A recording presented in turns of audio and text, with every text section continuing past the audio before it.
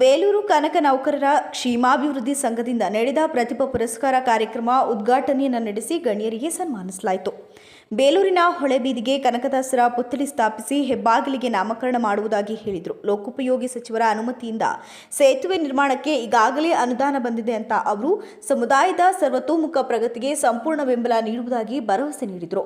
ಕಾರ್ಯಕ್ರಮದಲ್ಲಿ ಹಲವು ಗಣ್ಯರು ಭಾಗವಹಿಸಿ ಪ್ರತಿಭಾನ್ವಿತ ವಿದ್ಯಾರ್ಥಿಗಳಿಗೆ ಹಾಗೂ ಸಮಾಜ ಸೇವಕರಿಗೆ ಶಾಸಕ ಎಚ್ ಕೆ ಸುರೇಶ್ ಸನ್ಮಾನವನ್ನು ಮಾಡಿದರು. ಕನಕದಾಸರ ಹೆಸರನ್ನ ಯಾವುದೋ ಒಂದು ಮೂಲದಲ್ಲಿರ್ತಕ್ಕಂಥ ರಸ್ತೆಯಲ್ಲ,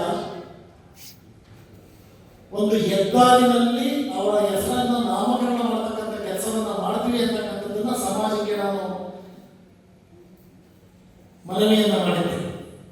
ಅದೇ ರೀತಿಯಲ್ಲಿ ಇವತ್ತು ಸನ್ಮಾನ್ಯ ಸತೀಶ್ ಜಾರಕಿಹೊಳಿ ಅವರು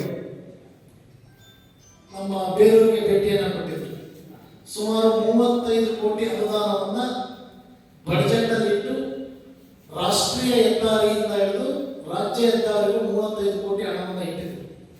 ಅದಕ್ಕೆ ಅವರಿಗೆ ನಾನು ಹೇಳಿದೆ, ಈ ರಸ್ತೆ ಕಾರ್ಯಕ್ರಮದಲ್ಲಿ ಪುರಸಭಾಧ್ಯಕ್ಷೆ ಉಷಾ ಸತೀಶ್, ಕೆಪಿಸಿಸಿ ಸದಸ್ಯ ಬಿಎಲ್ ಧರ್ಮೇಗೌಡ, ತಾಲೂಕು ಕುರುಬ ಸಂಘದ ಅಧ್ಯಕ್ಷೆ ಹೇಮಾವತಿ ಮಂಜುನಾಥ್, ಅಧ್ಯಕ್ಷ ಬಿಎನ್ ಗಿರೀಶ್, ಕೆಎಸ್ ಪ್ರಕಾಶ್, ರಂಗನಾಥ ಸ್ವಾಮಿ, ಚಂದ್ರಶೇಖರ, ಸೌಮ್ಯ ಆನಂದ್, ರಂಗನಾಥ, ಹರೀಶ್, ಬಿಎನ್ ಆನಂದ್, ನಾಗೇಗೌಡ, ಶ್ರೀನಿವಾಸ, ಹರೀಶ್, ದಿವ್ಯಾ, ಕುಮಾರ್ ಇನ್ನು ಮುಂತಾದವರು ಹಾಜರಿದ್ದರು.